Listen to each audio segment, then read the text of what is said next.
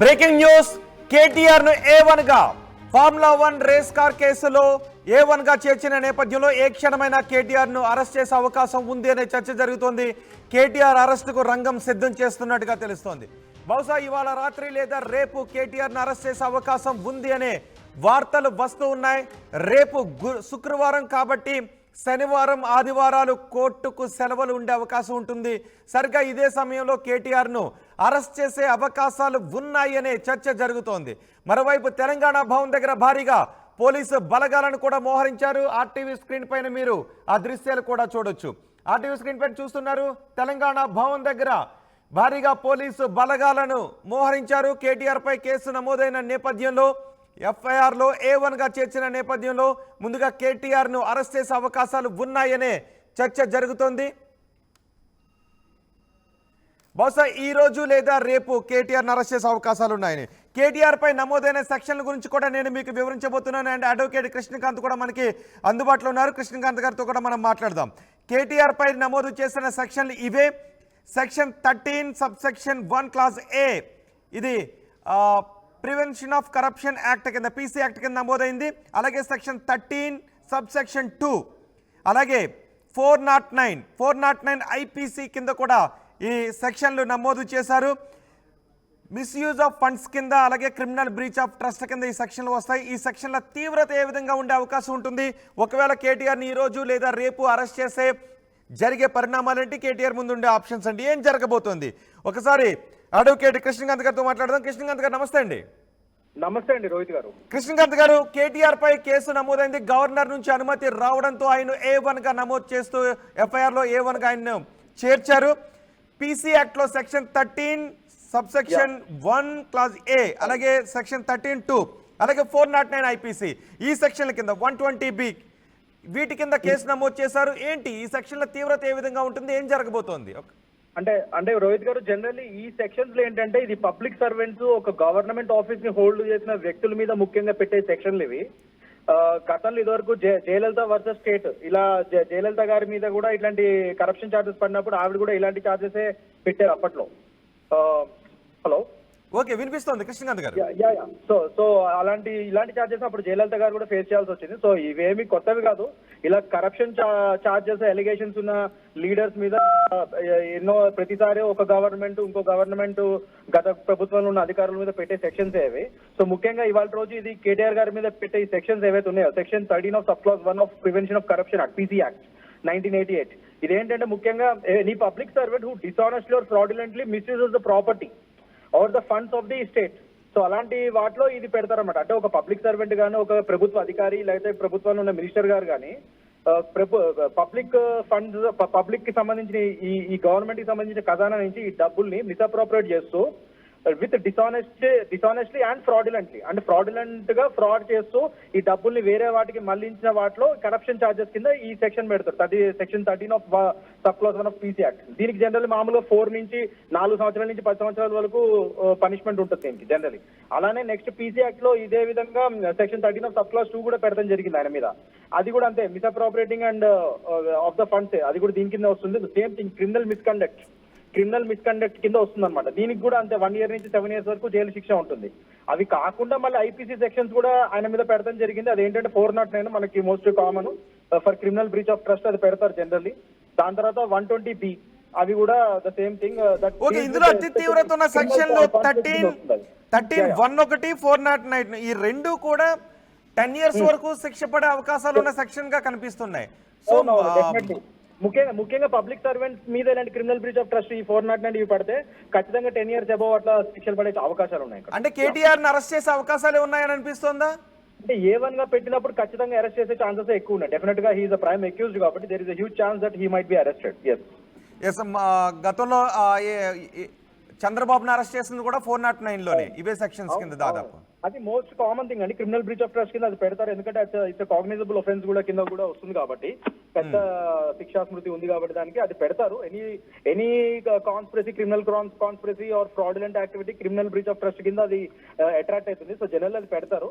అది కాకుండా ఈ PC యాక్ట్ కూడా ఇవి కంపల్సరీ అధికారంలో ఉండి అధికార దుర్వినియోగం చేస్తూ ఆ ఫండ్స్ ప్రభుత్వం యొక్క ఖజానాలోని ఫండ్స్ ని వీళ్ళు వేరే విధంగా మళ్లించారు అనే అలాంటి ఆరోపణలు కరప్షన్ ఎదుర్కొన్న వాళ్ళ మీద మాత్రం ఈ ప్రివెన్షన్ ఆఫ్ కరప్షన్ యాక్ట్ 1988 ఈ సెక్షన్స్ ఓకే ఇక్కడ గవర్నర్ నుంచి కూడా అనుమతి వచ్చింది. గవర్నర్ నుంచి అనుమతి వచ్చిన తర్వాత కూడా అంటే చంద్రబాబును అరెస్ట్ చేసినప్పుడు కూడా గవర్నర్ అనుమతి లేదు, ఇలాంటివి కోర్టులో వాదించారు. సో ఇక్కడ అన్ని పకడ్బందీగానే చేసి ఎఫ్ఐఆర్ నమోదు చేస్తారు. ఏం జరగబోతుంది అనిపిస్తుంది ఒక అడ్వకేట్ గా మీకు చూస్తుంటే? డెఫినెట్ గా ఇది ఈసారి ఇంత పద్ధతిగా విత్ ప్రాపర్ గైడ్ లైన్స్ వీళ్ళు వస్తున్నారు కాబట్టి డెఫినెట్ గా అది అరెస్ట్ చేసే అవకాశాలు అయితే ఖచ్చితంగా నాకైతే అనిపిస్తుందండి. కానీ రోహిత్ గారు ఇలానే నేను ఇంకోటి కూడా చెప్దాం అనుకుంటున్నాను. ఈ విధంగా ఈ తెలంగాణ ప్రభుత్వంలో ఈ అరెస్టుల పర్వాలు మాత్రం ఆగట్లేదు. మరి నిజంగానే వీళ్ళు చిత్తశుద్ధితో ఈ కేసులు పెట్టి నిజంగానే చేస్తున్నారా లేదా అనేది అది పబ్లిక్ చూస్తున్నారు ఫస్ట్ అండ్ ఫార్మోస్ట్ థింగ్. ఎందుకంటే ఈ రీసెంట్ కాలంలో మీరు చూస్తే ఈ అరెస్టుల పర్వం ఒకరి మీద తర్వాత ఒకరి మీద పబ్లిక్ ఫిగర్స్ మీద కంటిన్యూస్ గా అవుతున్నాయి ఇక్కడ. సో అలాంటప్పుడు వీళ్ళు సెక్షన్స్ ప్రాపర్ గా పెట్టట్లేదో కొన్ని అలిగేషన్స్ కూడా ఉన్నాయి. ఏంటంటే అవతల వ్యక్తుల్ని కొందరిని టార్గెట్ చేసి మరి వెండటా పాలిటిక్స్ లాగా ఈ ఈకో ట్రిప్ కేసెస్ కింద లాగా వీళ్ళు. ఓకే కృష్ణకాంత్ గారు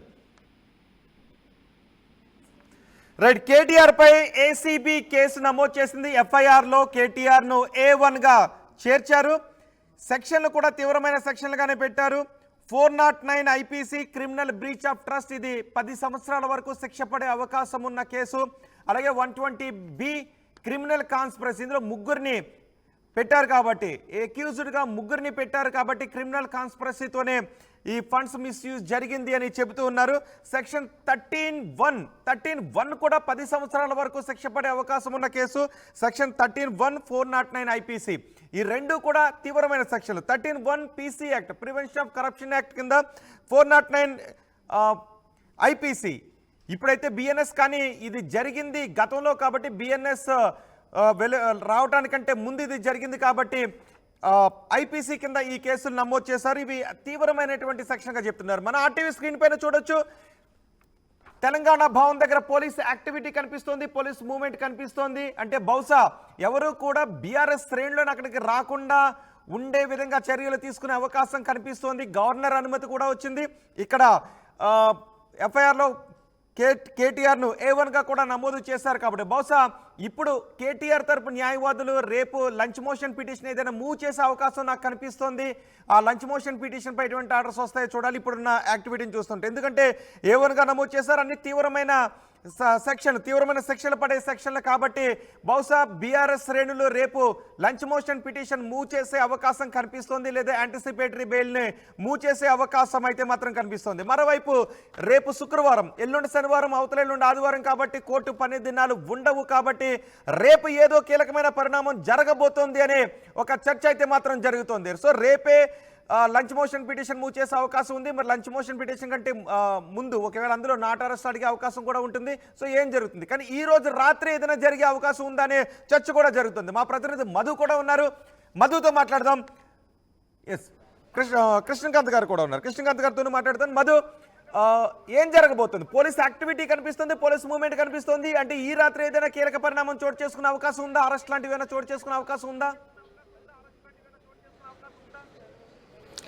ఎగ్జాక్ట్లీ గతంలో జరిగినటువంటి అరెస్టుల పర్వాన్ని చూస్తే ఆ రకంగా కనిపిస్తూ ఉంది. చర్చ జరుగుతూ ఉంది పొలిటికల్ సర్కిల్లో. చాలా రోజుల నుంచి కేటీఆర్కి సంబంధించిన అంశం ఫార్ములా 1 ఈ రేస్ పైన చర్చ జరుగుతూ ఉంది కాబట్టి ఈరోజు థర్స్డే, రేపు ఫ్రైడే. సో ఒకవేళ రేపు కనుక విచారణకు పిలిచి అదుపులోకి తీసుకుంటే డైరెక్ట్గా ఆయనను అరెస్ట్ చేసే అవకాశం ఉండొచ్చు అనేటువంటిది ఒక చర్చ కొనసాగుతుండగా, ప్రస్తుతం బీఆర్ఎస్ పార్టీ ఆఫీస్ వద్ద భారీ ఎత్తున పోలీసు బలగాలు ఉండడం, దానిపైన బీఆర్ఎస్ పార్టీ శ్రేణులు దానిపైన చర్చించుకుంటున్నటువంటి సిచ్యువేషన్ కనిపిస్తూ ఉంది.